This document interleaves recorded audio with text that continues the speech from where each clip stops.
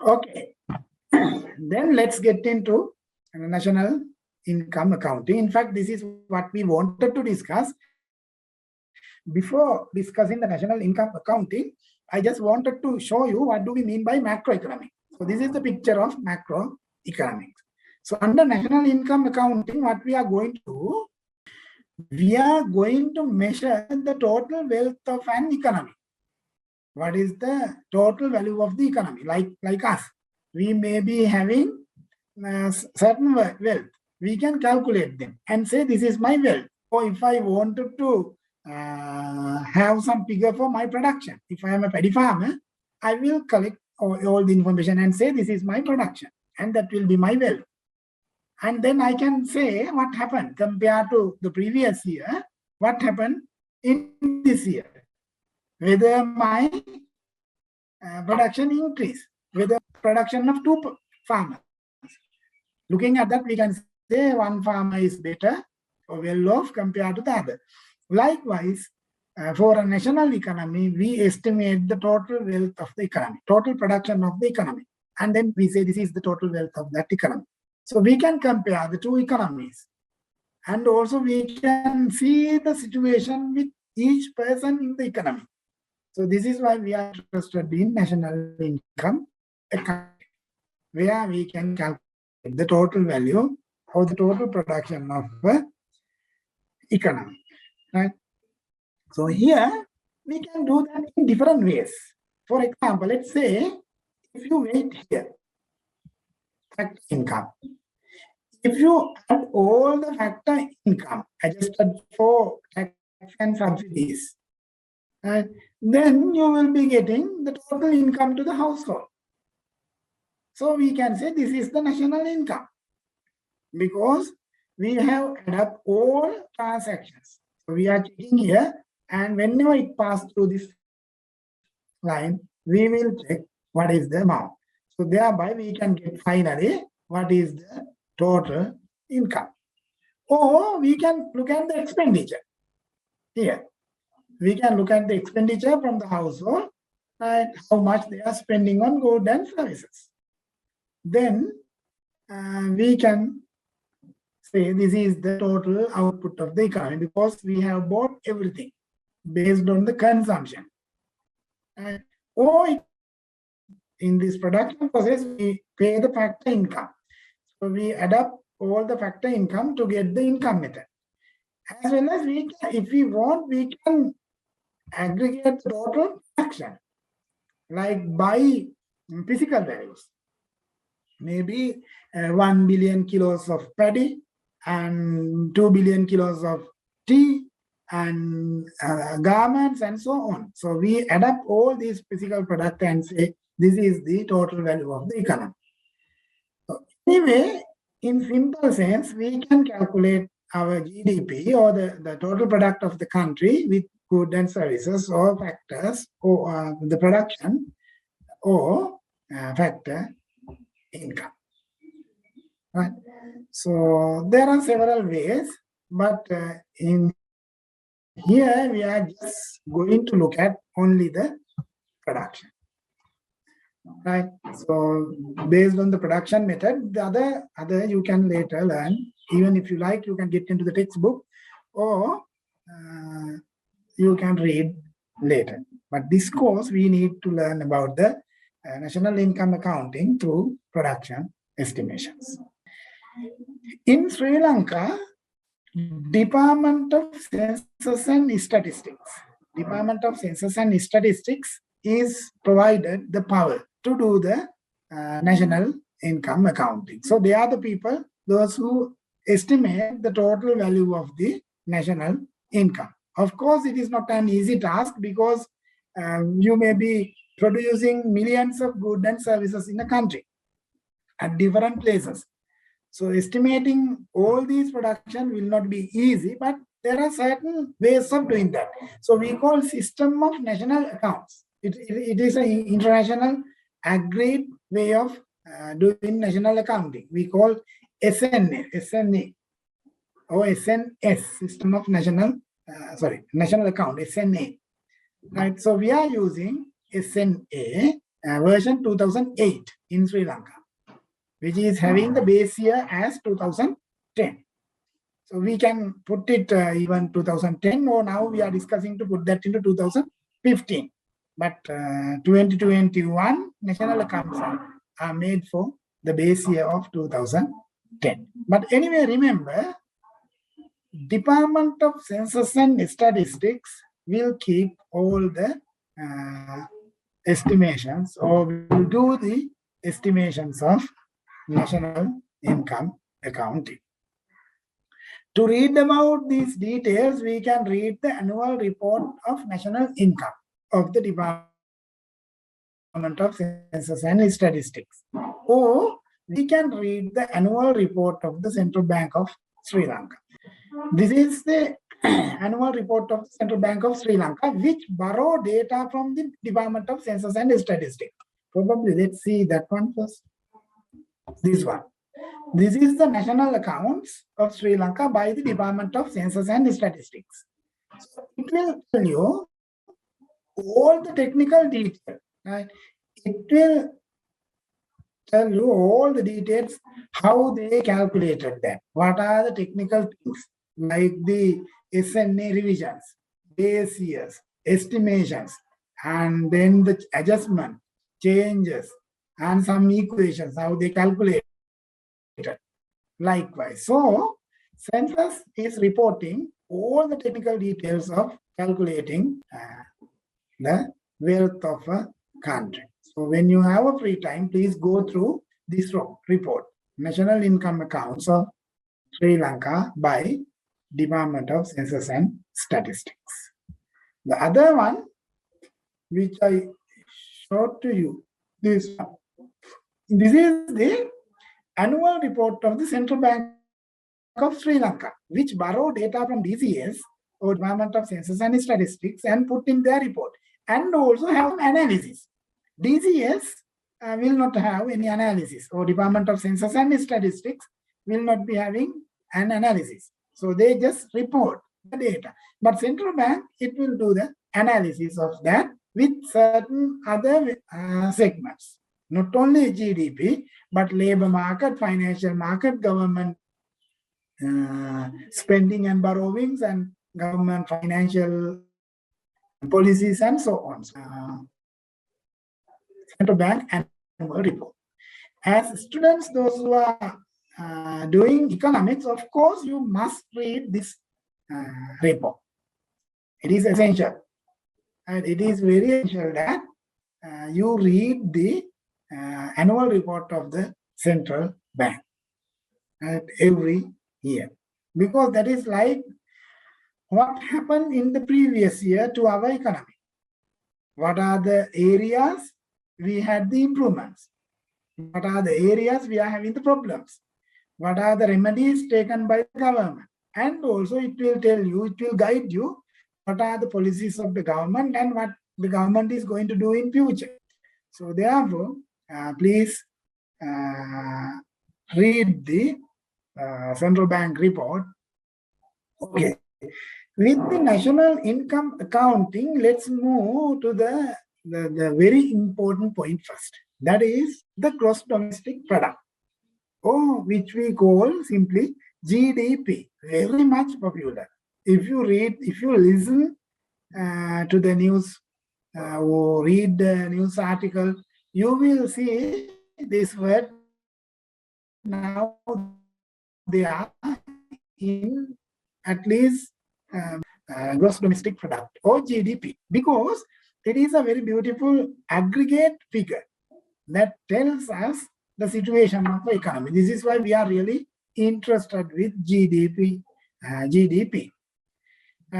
So when we say GDP, we can define it as the market value of all final goods and services produced within a country in a given period of time.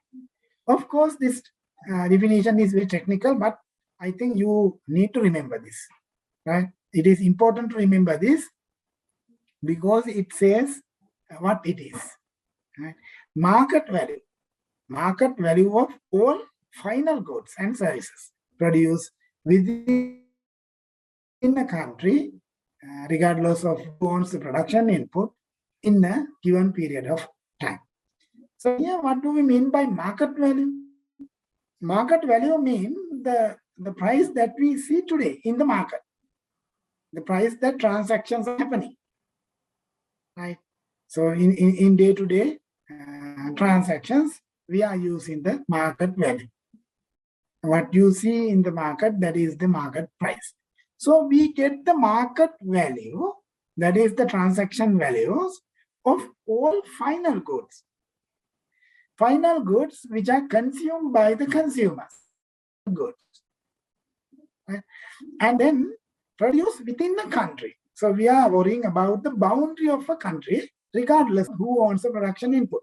Maybe the household sector may represent some foreigners, but we don't worry. We don't worry. We just look at what is happening within the country. Within Sri Lanka, what is happening? What is the total production within Sri Lanka? Then we say that is the GDP, and for a given period of time. That is usually for one year. In Sri Lanka, we have quarterly GDP estimates. So 4 quarters are estimated, and then finally we get the annual GDP. But usually it is for 1 year. But anyway, remember, this is the meaning of GDP. That is the market value of a final good and of the final good and services produced within the country for a period of 1 year. But there is a problem. When we are going to do this, we have a problem. There are several problems. Let's start with the first one. That is final good. So we have to go for all the final goods. But how to define that? For example, let's say we had some intermediate goods or the inputs like land, labor, and seeds, fertilizer, and so on for a farmer. So farmer produce rice. We know rice is not a final good. It is again another input. We use rice for the production of, paddy for the production of rice. A farmer produce paddy, and that paddy transfer into rice later. So paddy will become an intermediate or input, production input. So then rice will be there. So rice will become the end product. We can say rice is the final good. So consumers will buy rice, and the shop owners will buy rice and produce lunch. So the lunch is sold. So no issue, final good will be the lunch. But the problem, in some cases, when you produce lunch using rice, lunch will not become the end product. You may have counted how many lunch packet made. So you put that value as the total output. But some rice will be used for producing the, let's say, fried rice. Some value addition will be there. And so using the cooked rice, we will be producing fried rice. So rice will not become the final good. That fried rice will become the final good.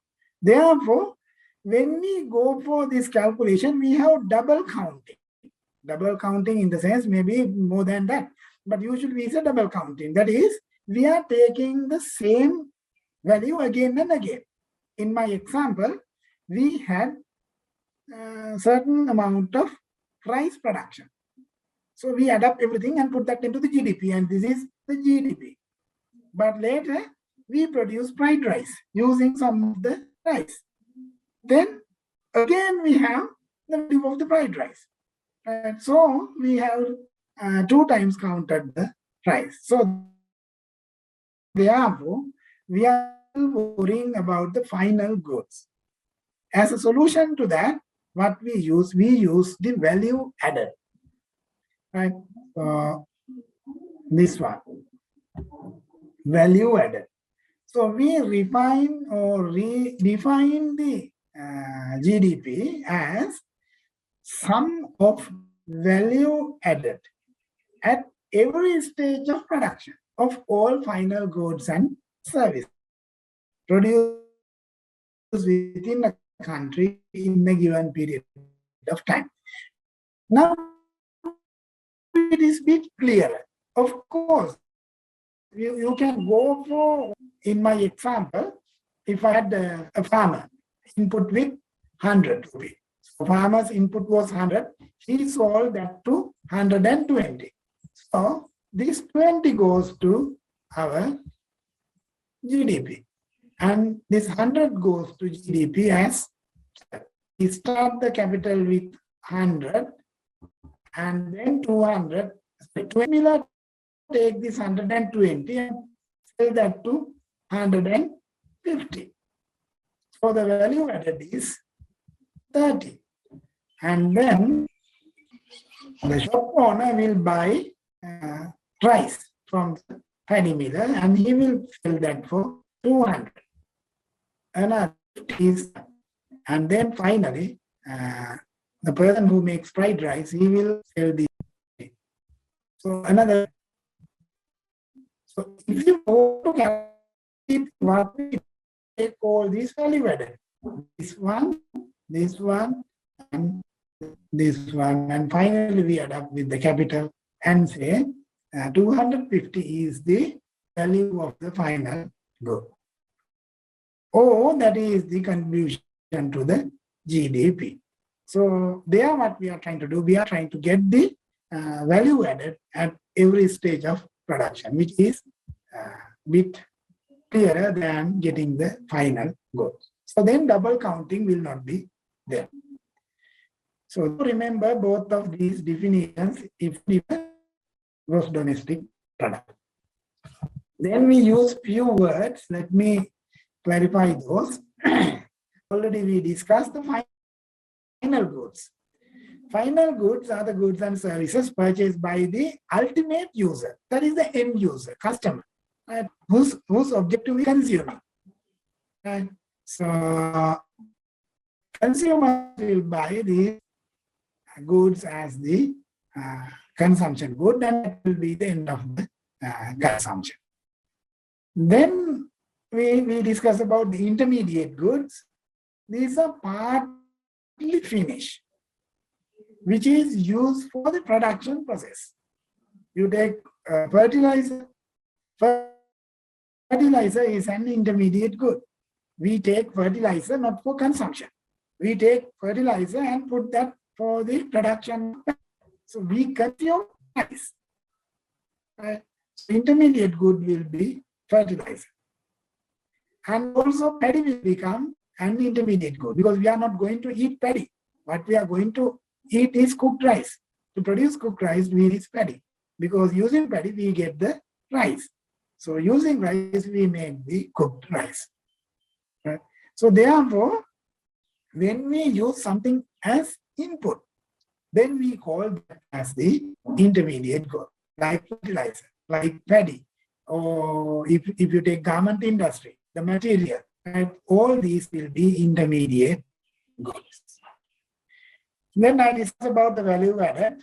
Value is the increase in the value of goods and services as a result of production process. We discuss under production theory. What do we mean by production? That is the creation of utility. How we create the utility, we add value. Right? We discuss about that in detail, but simply the value added, if you want to calculate, we just get the difference between output and input. So you can calculate what is the output value.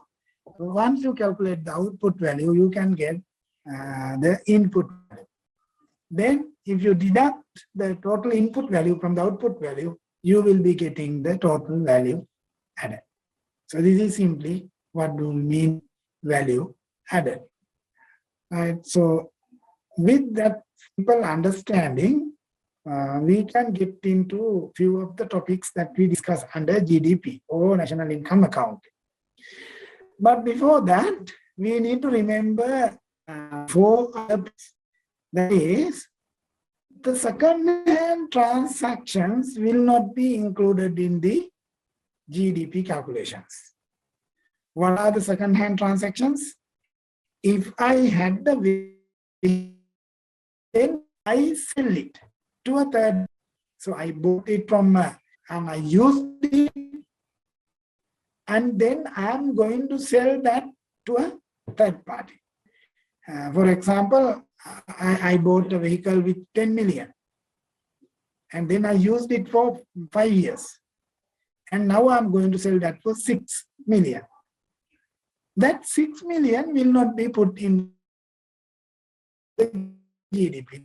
The 10 million was put. When 10 million, that 10 million went to the GDP calculations of that year. But after 5 years, now I'm going to sell my vehicle. When I sell it, I sold it for 6 million. That 6 million will not be put in the GDP calculations. Can anyone say why? Why we should not put that money in the GDP? Why we should not include the second-hand transactions? We should not put the second-hand transactions because of that double counting. Because the 10 million already included in the GDP. When we sell it again to the 6 million to someone else, there is no any production. There is no any production. We have the production 5 years back. And now it is only the transfer of the ownership. Therefore, second-hand transactions will not be included in the GDP estimations. Non-tradable outputs are also not included. If it is not transacted in the market, that will not be included. For example, now let's say my wife does some homework, like cooking foods and washing clothes and keeping the household clean. We do not put any value for that in the GDP because that value is not transacted in the market. We are not paying anything for that. Therefore, that effort is not included in the market. But she does that work, really. On the other hand, if you want to hire someone for those tasks, we are having a domestic servant at our home. We are paying 50,000 per month. Why we pay that 50,000? Because she does the service of this cooking our food and then cleaning the house and keeping the house and the garden neatly. So for that, we are paying money for her. If we pay money for her, that money will be going into the GDP calculations. And the previous one, my example about wife, she did not have any market transaction for that, for her service. She didn't get any money. But the person who is hired, she will be getting money. Therefore, you can see that non-tradable outputs. It is not tradable. When my wife works at my home, we cannot trade it. We cannot sell that. So then it is not included. But the same task, if it is done by a third party, that will be included.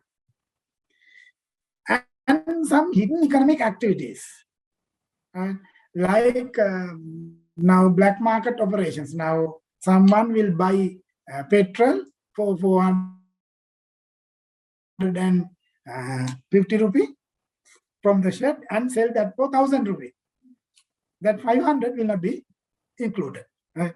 So the first 450 rupees will be included in the GDP, but the next 550, the profit will not be included because this is hidden.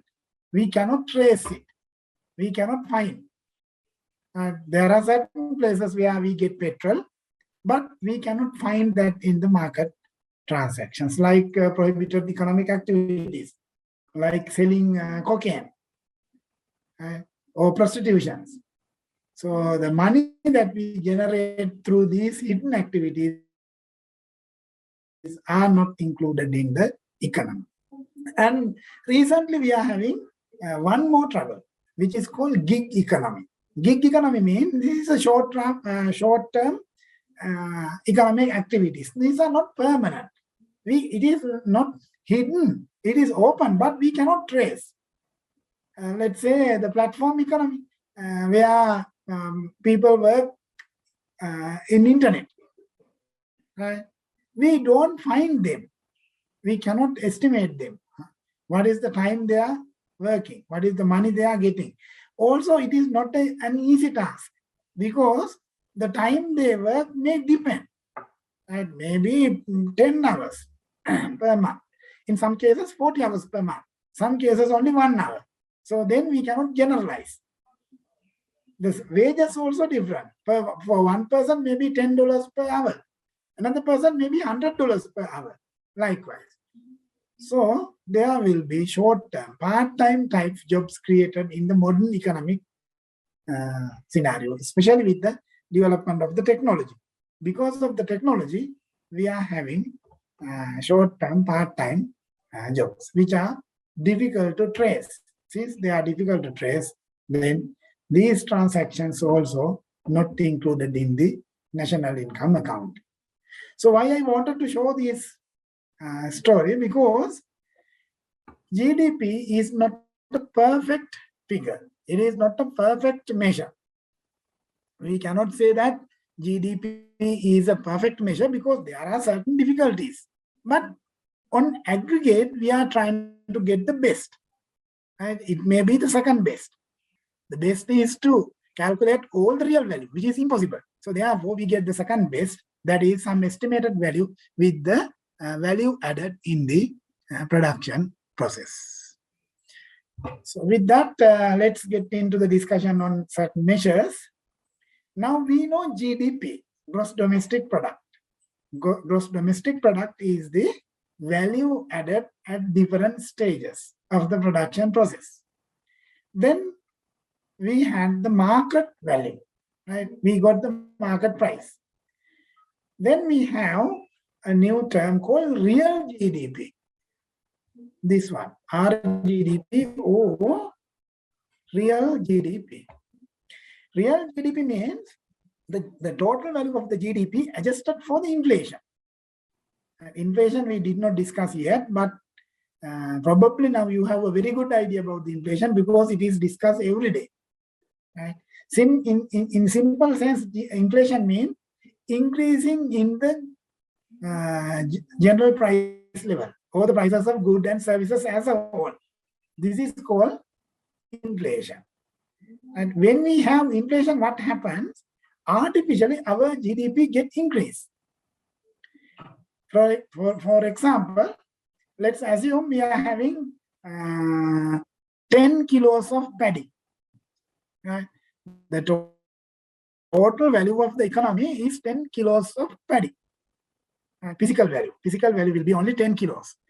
And then at the end of the year, we calculate that and say, what is our GDP? Simply we multiply the quantity with price. Let's say 10 kilos of paddy with 100 rupee. So we are having 1000 as our GDP. So if I put with numbers, so we are having 10 kilos of paddy with 100 rupee.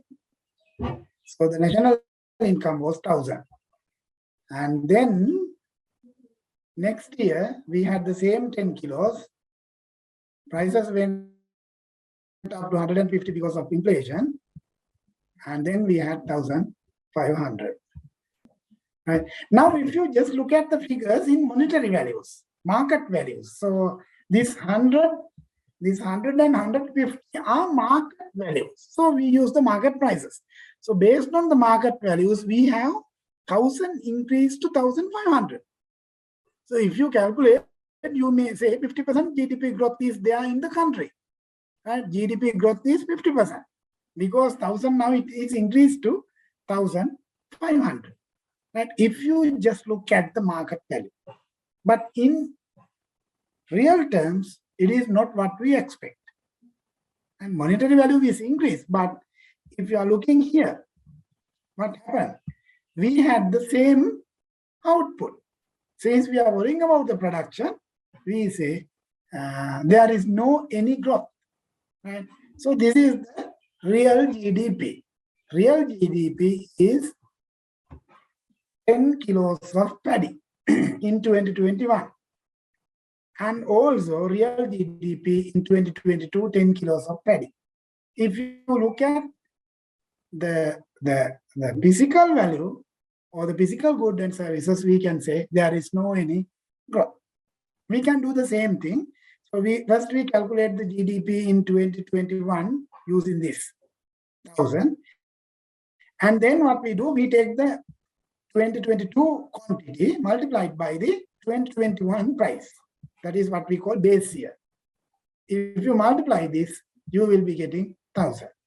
So nicely, you can say there is no any growth in the real GDP. So this 1,000, the second year is the real GDP. This 1,000 in the first year is the real GDP. So with that, you may get clear that real GDP means the GDP which is adjusted to the inflation. What is the real value or a physical good and services quantity of the economy is called the real GDP. For the GDP growth rates, or if we want to measure the growth rates of the gross domestic product, we are using real GDP, not nominal, because nominal GDP or the market value based on GDP will have the inflation impact. Just to take out the inflation impact, we are using real GDP. Then if you have read the central bank report and some of the bit advanced economic reports, you may have seen GDP deflated. Why we are worrying about the GDP deflator? Because GDP deflator will tell us what is the change in average price level. Because GDP means all the goods and services. GDP will include all the goods and services. Therefore, if you are looking at the change in the GDP, GDP will be telling us what is the change in all the prices of goods and services. Whereas, when you say inflation, it is based on a particular set of goods and services. We say there's a goods and services basket. In fact, this is the disagreement now we are having with the government. So government say the inflation rate of the country is around 56.4 something, which is high, of course. When we say more than 50, it is hyperinflation. It is a higher value. But real inflation rate may be very much higher than this. It is because we are just looking at the set of goods and services. We have a basket. There's a way of weighting this. If we are giving the same weight for vehicle insurance premium and 1 kilo of rice, of course there's a problem. Because rice prices may be increasing very quickly. Whereas the insurance premium may not be moving like that. Maybe it is only after 1 year. Right? So therefore, inflation is measured with a basket of goods and services, whereas GDP, that is the total value of the whole economy. Therefore, we define something called GDP deflator, where we divide the nominal GDP, that is the GDP which is based on market value, by the real GDP multiplied by the 100. Then we get the GDP deflator. GDP deflator tells us what is the level of inflation. If you are interested, you can calculate that and see what is the real value of the inflation. And the third concept with the GDP is the per capita GDP, which is also very popular nowadays. Per capita GDP, which is measuring the GDP per head. We calculate the GDP for a country. Then what we do, we divide the GDP by the total population.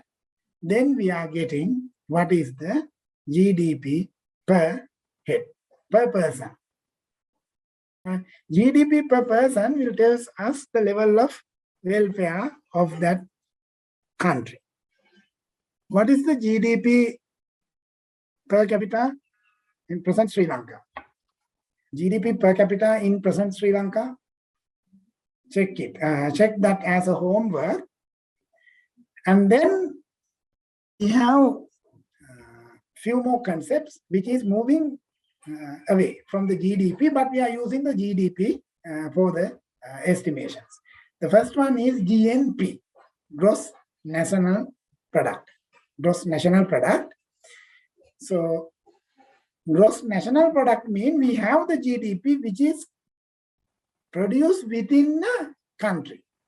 Right? If you remember the definition, when we say GDP, GDP produced within the country with the legal boundaries of an economy.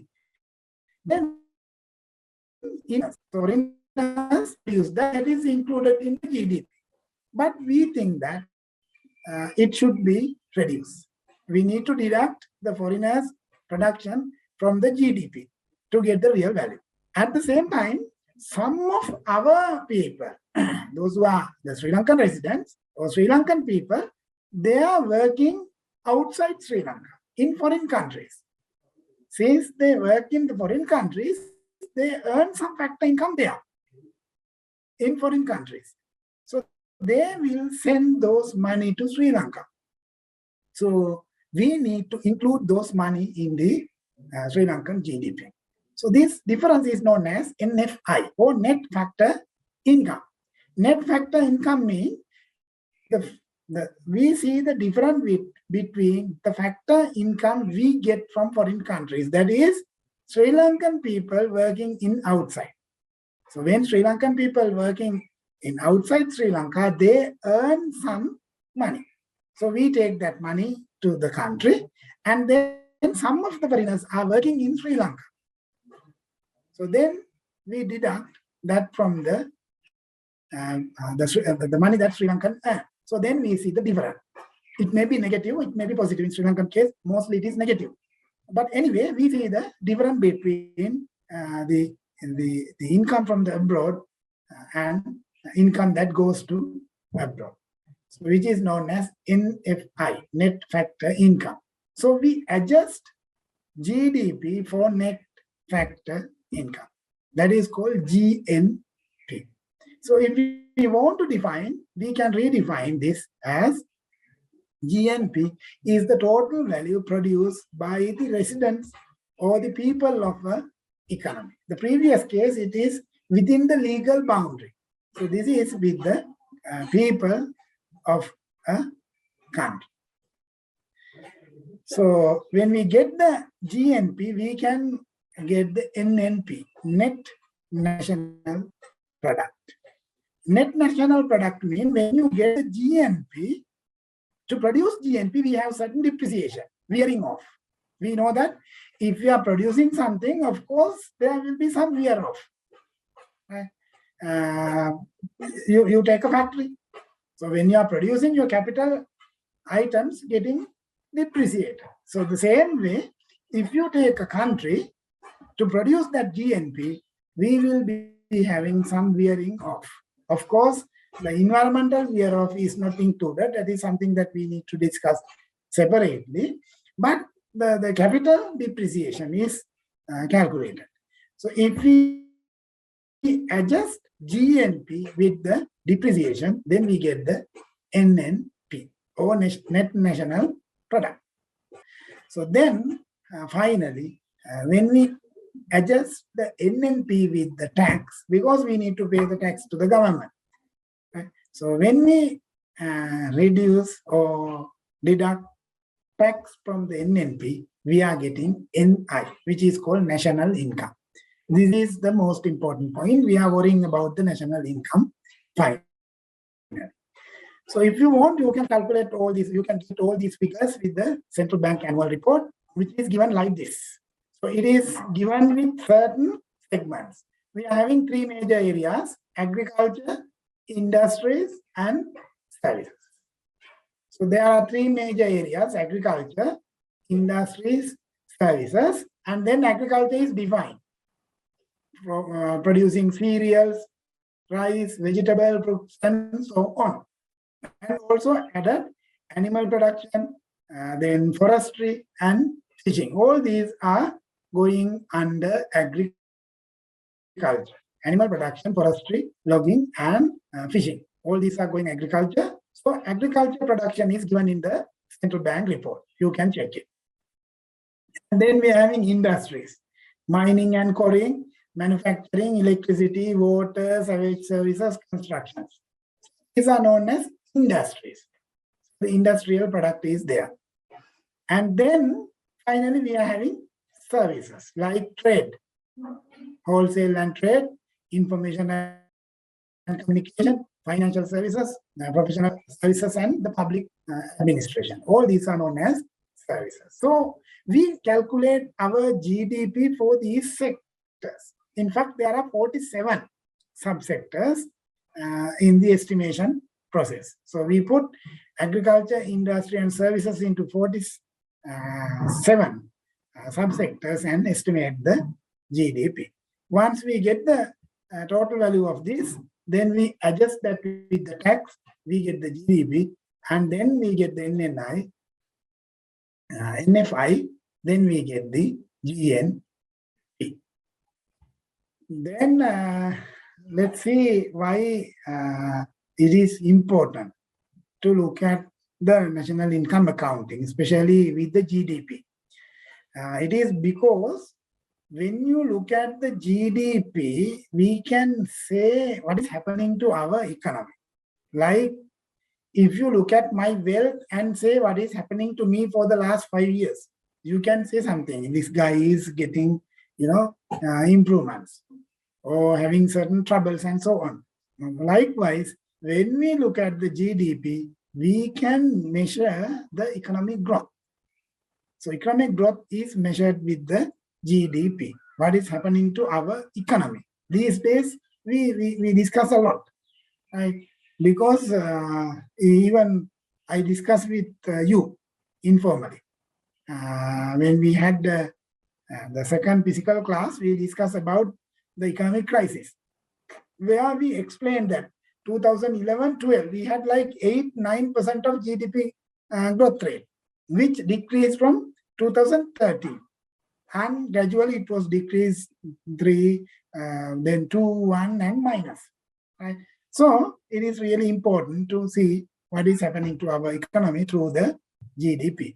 So for that, what we use the real GDP. So we get the real GDP of this year and the previous year. Then we see the difference between this year and the previous year and put that as a ratio of the previous year value. And then we get what is the GDP growth. So therefore, remember, whenever we say GDP growth, of course, that tells what is happening to our economy.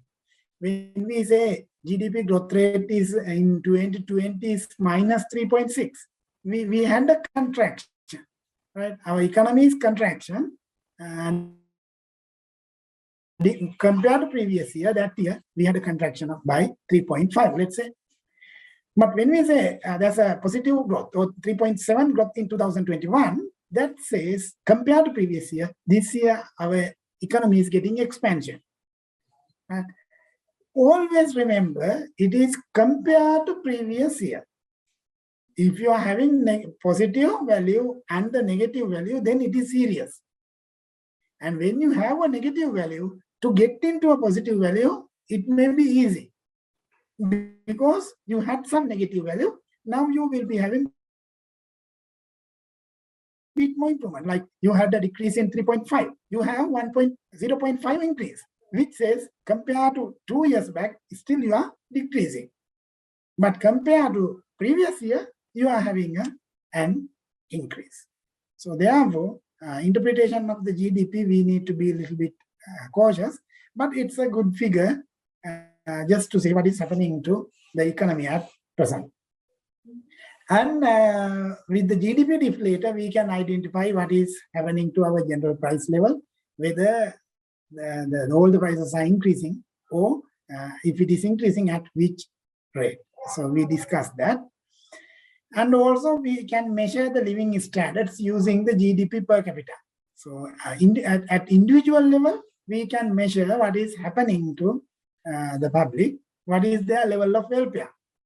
And if we are earning $4,000 per year, in Sri Lanka, whereas it is 40,000 US dollars per year in Singapore.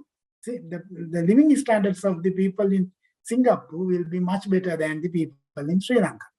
If India is earning only 2,000 US dollars per year, then Indian living standard may, on average, Indian living standard may not be better as Sri Lankan case. So we can use GDP per capita for measuring the living standards.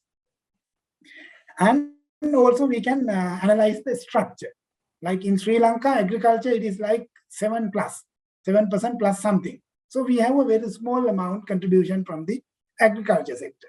And then we are having around 30% of industry and also more than 60 as the services. So we can say services sector in Sri Lanka is the dominant sector. We are having the highest contribution from the services sector. So we are a service economy. So there are certain problems and advantages of a service economy, which we will not be discussing here. And also GDP will help us to manage our economy. How to manage the economy is decided by the GDP values. If it is decreasing, we can get into expansionary monetary and fiscal policies. If it is getting increased, maybe we are getting into contractionary fiscal and monetary policies. And finally, there are certain limitations with the GDP. Of course, it is a very good measure of living standards, but it doesn't say an individual. Right? So we get the aggregate. There may be a person who is earning very high salary, as well as there will be a person having very low salary. So we put that together and say this is the GDP and divide by 2, we get the medium rate. So thereby we can say something about on aggregate level, but not at individual level. Because inequality will be there. Inequality will not be measured through the GDP. And also the non-market transactions, as I previously mentioned, there are certain transactions that should not be, that need to be included in the GDP, like the domestic servant's contribution. If the same task is done by the domestic servant, we include that in the GDP. But if it is done by a member in the household, we don't include. So therefore, we are worrying about the non-market transactions. So the countries like Sri Lanka, developing countries, are having a lot of non-market transactions. Like we cultivate something at household level and consume. We need to impute some value to the GDP for that. Otherwise, our GDP will be very much low compared to developed countries. In developed countries, much of the transactions are market-based. So we have domestic servants. The same task is done by a domestic servant. Therefore, we pay some money to them. So that is included in the GDP. Their levels of GDP significantly higher than ours. And when we get the GDP figure, we have the estimated value of the GDP, but it doesn't say anything about the quality. Right? So we may be having certain output, but it doesn't say what is the quality of our output. With that quality, the prices may be, or the values may be changed. And also the leisure time is not included. When we calculate the GDP, we calculate the value of goods and services. But leisure time also having some value. Right?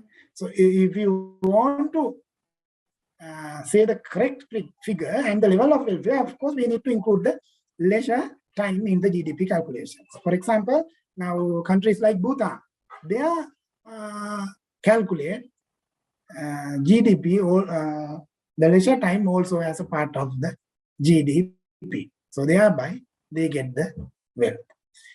And there are economic bads. We include economic goods in the GDP, but we do not worry about the economic bads.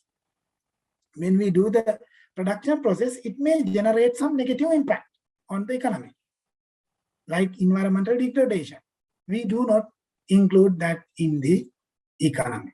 We always go only by the economic goods. And finally, it's the same with economic bads like externalities. Right? So whatever the things that we do to the environment is not included in the depreciation value. You can get whatever the resource available in the environment and produce your GDP and say we are having a higher GDP. Whereas you have degraded your environment, which will be having much more higher value than what we estimated. So these are the limitations of the GDP. If you find time, of course, it's better you read a little bit more on these constraints. So with that, I would like to finish the discussion on GDP and the GDP estimations. So in fact, with this lecture, what I wanted to do, I just wanted to move from micro to macro. So where macroeconomic is a study where we are taking the whole economy as a system. There are one change in one variable, maybe we'll be having several other changes in several other variables, like our circular flow just showed us. You may make a change in the government tax that will impact all the areas of the economy. Then we wanted to discuss a bit more on the GDP and the GDP calculations and some of the variations of the GDP like NNP and NI, and the good and the advantages and the disadvantages of the GDP.